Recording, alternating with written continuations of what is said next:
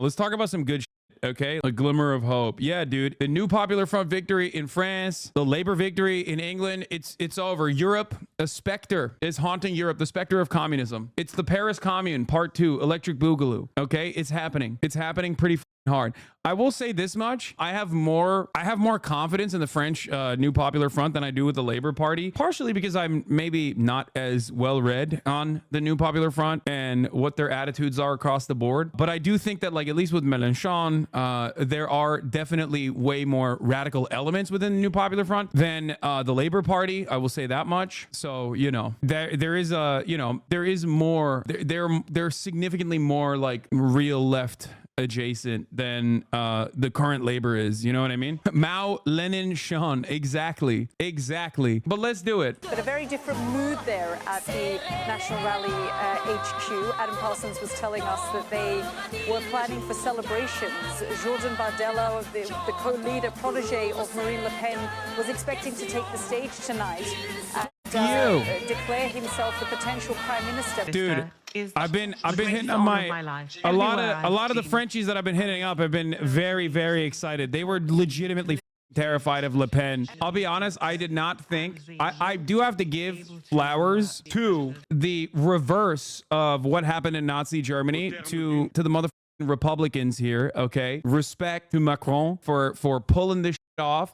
And then even caving and capitulating and saying, no, we have to collaborate with the left. Legitimately, this is a very unexpected French W. Okay, let me explain something to you guys. Very unexpected French W. It partially happened as a consequence of the left actually getting together and not thrashing one another in the lead up and creating the New Popular Front. If they had not done that, if they literally did it like they did last time, where all of the Greens, the Socialists, Communists, every other party was like anti-Mélenchon, if they did the same thing they did last time around, which gave Macron more staying power in the French parliament last time around, even though the unbowed France unbowed, like the Mélenchon's party was unironically doing fairly well. He was in third place. If the French left had not gotten together and got their in order, it would have been a massive far-right W. It would have been a far-right victory. They got together, they showed unity, and they forced, because of Macron's overwhelming unpopularity, they forced the Republicans to basically bow down to the New Popular Front. And I will say, I don't think the Democratic Party would have ever done a similar thing in the United States of America if there was an actual social democrat that won the Democratic primary somehow. This is massive. This is genuinely a massive sea change. Macron was telling his candidates to stay in the race to give seats to the far right. Wait, really? No, I thought that, like, in case you missed it, Macron's candidate said today that he was dropping out to block the far right in spite of getting a personal request by Macron not to do so. That's actually kind of surprising, because I don't believe this, because overall, I'm pretty sure Macron and many of the party leadership literally said, like, no, we are going to collaborate. And whoever has the best chance of winning, you have to vote for them in districts there.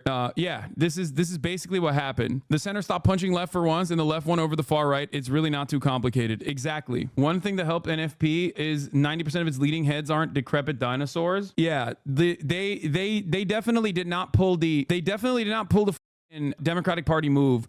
Also, another major problem, and I can't believe I'm saying this, is Mbappe. Marine Le Pen, like a dumbass that she is, was on perhaps one of the most popular one of the most popular people in France in general, leading up to the second round of the elections, which is so stupid. Why the would you do that? Like, it makes no sense. It's not a joke. Like, literally, that's not even a joke. Most of the most famous French football players are like of African origin usually, and Le Pen is unironically very racist. So when she shit on Mbappe, you know, it was cooked. She just couldn't dial back the racism. She couldn't dial back the racism until she got over the finish line. Okay, it's like hating on LeBron in Cleveland right before the finals. Yeah, exactly. It's so stupid. France 24 was so surprised by the exit poll they forgot to change the graphics. Republicans, unaffiliated right wing together presidential majority, unaffiliated left wing New Popular Front. Yeah, the percentages are up here. Far right alliance, 132 to 152, much larger share of the vote than the 172 to 192 on the New Popular Front. Sports accounts literally turned against Le Pen.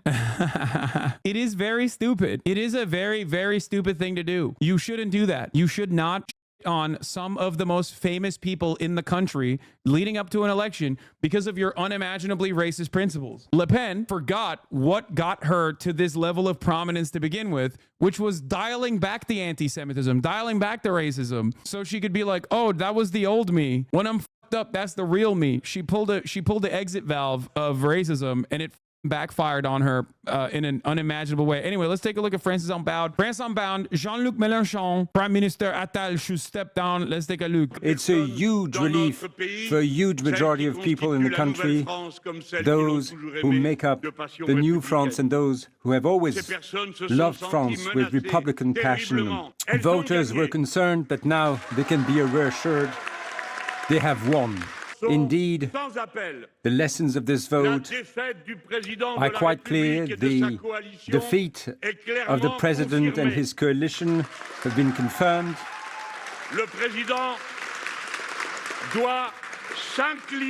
The president must recognize They fixed the graphic afterwards to reflect the actual seats.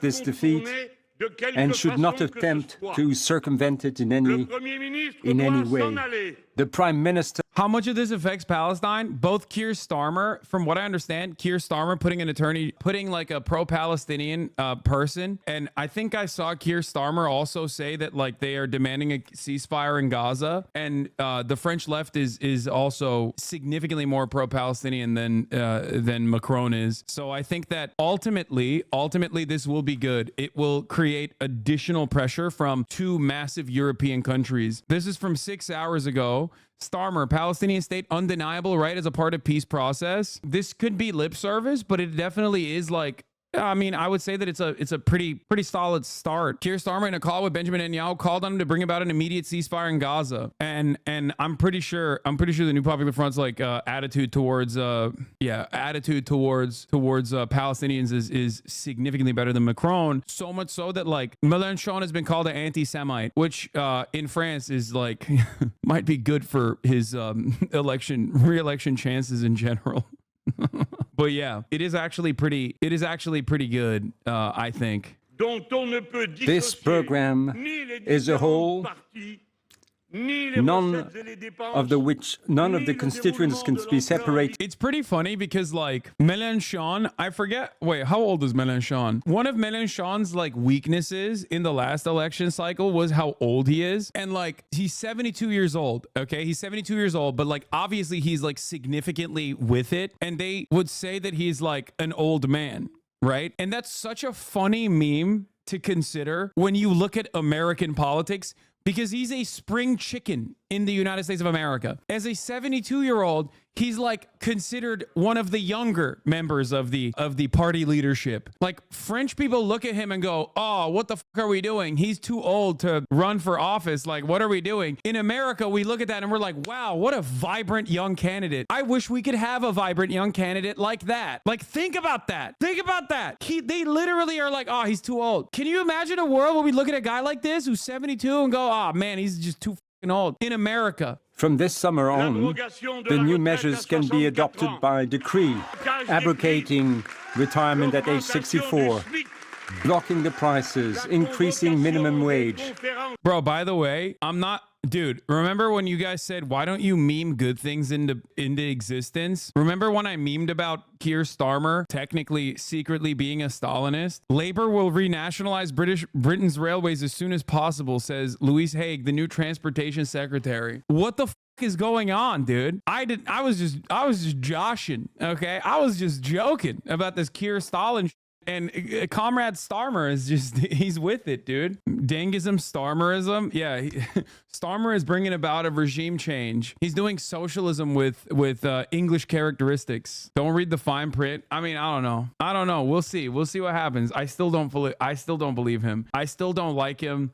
I still don't believe him. Like I said, I hope I'm so wrong. I hope I'm like entirely wrong about my assessment of the labor, entirely wrong about the assessment that I made, the predictions that I made overall, that like labor will be feckless. They will be, you know, opening up the wave for reform to take over entirely. Hopefully I'm wrong. Do you think Macron expected this to happen? I would assume he would do anything to kill socialism or the left. I don't think he expected this to happen. I think that he predicted that the left would not be able to organize, and what happened last time around that allowed Macron to win would happen again. But then the left actually created the new Popular Front in a matter of days. Like they literally immediately, Macron came out of nowhere and was like, we're breaking the parliament. We're going to do a new election. His own party leadership did not even know that this was going to happen. And it was a dangerous gambit, especially because he did this immediately after the far right won massively in the European Parliament elections. So for him to do this in the eve of like the nationalist momentum that was occurring in the country got everyone to go, whoa, whoa, whoa, what the fuck's going on? And I think his, I mean, I guess the best assessment of the situation is that Macron did this specifically because he wanted to like at least own the first 2 years. I believe he had 2 more years of the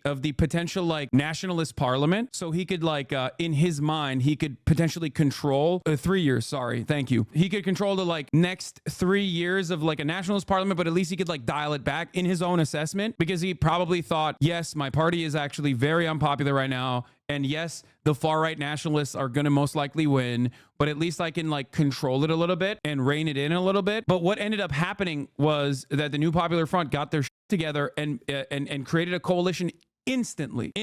And when that happened, they got second place. The Nationalist Party got first place in the first round of the elections, and the Popular Front, comprised of a bunch of leftist French parties that previously were famously infighting all the time, got second place. And Macron's party actually lost a lot of momentum and barely got third place, like with 20% of the vote or something. So because of that, they had to, even if it was just a save face, they had to get together and say, oh, in order to defeat the far right, we have to put up candidates. We have to only put up candidates that are slated to win in the second round. So what ends up happening in that situation is like, if you have an area where like a new Popular Front candidate is going to defeat the nationalist candidate, you pull your candidate out. If you have a area where the Republican candidate is going to win over the Popular Front candidate is going to win, then you pull out the Popular Front candidate. So that's basically what happened. Yeah, there was 210 candidates from the left and center, which pulled out in the second round. It was absolutely massive and unprecedented. Yeah, they made sure not to split the vote against the far right, which was great. Recap from Taniel. Exit polls 90 minutes ago show surprise. Left first, Macron is second, RN third. Since then, results in from many districts, they're confirming that big picture and show why. Stronger than expected transfers from left voters to Macronists and vice versa to block RN, which is the nationalists. What do you mean control though? The president doesn't even have actual veto power without controlling the parliament. I don't see how 3 years of cohabitation would have helped him against the right, except to make him look like a fool. It is still stupid. Don't misunderstand me. I think it was a dumb decision regardless. But that is the only way that this makes sense. It doesn't make sense any other way. Why the fuck would he do this? He knows he's deeply unpopular. He knows that his party is deeply unpopular. He knows that the far right is growing in momentum. He literally called these elections like right after the nationalists won big in the European Parliament election. So like, what was his internal calculation? I don't know. I have no idea what he's not stupid. His plots are just too complex for you. Yeah, he has the complexity that I cannot understand. He actually secretly wanted the left to win, I guess. They didn't win though. They don't have a majority without an alliance with Macron. You know that, right? Who cares? Like, they'll try to fuck up the bag. They'll try to do everything that in their power to undermine the legislative agenda, but ultimately it still doesn't matter. Yeah. Oh no, they have to capitulate with liberals instead of fascists. How terrible. Exactly. Macron famously said, I've been preparing this for weeks and I'm delighted. I've thrown my grenade at their legs. Now we'll see how they deal with it. He doesn't know what he's doing. Yeah, bro. He threw the grenade at their legs and then they kicked the grenade back to Macron and it exploded in his face, it seems. So I don't know. My thoughts are too complex for journalists, says Emmanuel Macron. Nobody knows what he was thinking, dude. Nobody can make sense of this man's brilliance, okay? His mind shatters the average political understander's expectations, okay? You cannot comprehend what he was thinking. What is this? It's true and you know it. Emmanuel Macron apology form. Nah, NFP did all the work. Fraud Kron got saved by the left is true. You didn't think he bet. You think he didn't bet on this? Please don't disrespect the greatest statesman of the 21st century. Are you kidding me? I think Macron would rather kill himself than have the left win, dude. There's no shot. Like, I don't think he's a secret Marxist-Leninist or some shit. I think people are ridiculous. the greatest statesman of 21st century. In all seriousness, I genuinely think his initial thinking when he called the election was Le Pen will win the election, her governance will be bad, which will damage her for 2027, which is so callous and sociopathic. Yeah, he's Marx Kron. Marxism, Macronism. He's a real one. This is like reverse Germany, dude. This is reverse like Germany in the lead up to the Nazi rise of power. Instead of capitulating to the far right, he ended up having to capitulate to the left, which is shocking. His party spokesperson already said Mélenchon and France Unbowed cannot be left to govern France, but that their party is ready to work with the Republican parties. Yeah, first of all, it's just going to be a liberal coalition. If they want to, in order to get shit done, they're going to have to, you know, the New Popular Front is going to have to work with the liberals here, the Republicans. But it doesn't matter. Let's look at Daniel. What's happening right now on TV, something very familiar in countries with a full parliamentary regime, fight over coalitions. Macronists and center-right are arguing this isn't a left win, suggesting a center-left to center-right unity government. Left is insisting that this is a left win. This is exactly the sort of district that is causing the shock result tonight. RN got 40% of the first round, with 6% going to another right-wing candidate. Left was at 30%. Macron has dropped out, and vote transfers ended up being quite strong. Left won by 1%. Here's one that's showing a different dynamic. An RN win in a situation where vote transfers against it weren't quite strong enough. In Southwest District, RN had gotten 44% against incumbent left MPs 37%, with no conservative candidate eliminated. Tonight, RN won 59 to 49%. This may end up being the closest result of the night. In Dordogne 4th District, with all precincts reporting per the Interior Ministry, RN is ahead of left by 74 votes. Marine Le Pen's sister lost their bid to join the parliament. Her left opponent won by 0.5%. See below for context. Macronist, who came in third, initially said she wouldn't drop out, but then changed her mind, ended up blocking Le Pen. By the way, I will say, I mean, this is still a pretty big surge for far right parties. That is another scary reality here, just like with reform in the UK. You know, so it's not exactly just a moment of victory to be like super stoked. This is something to still pay attention to, and there is a lot that needs to be done in order to undermine the confidence that people have in the far right in France. Same goes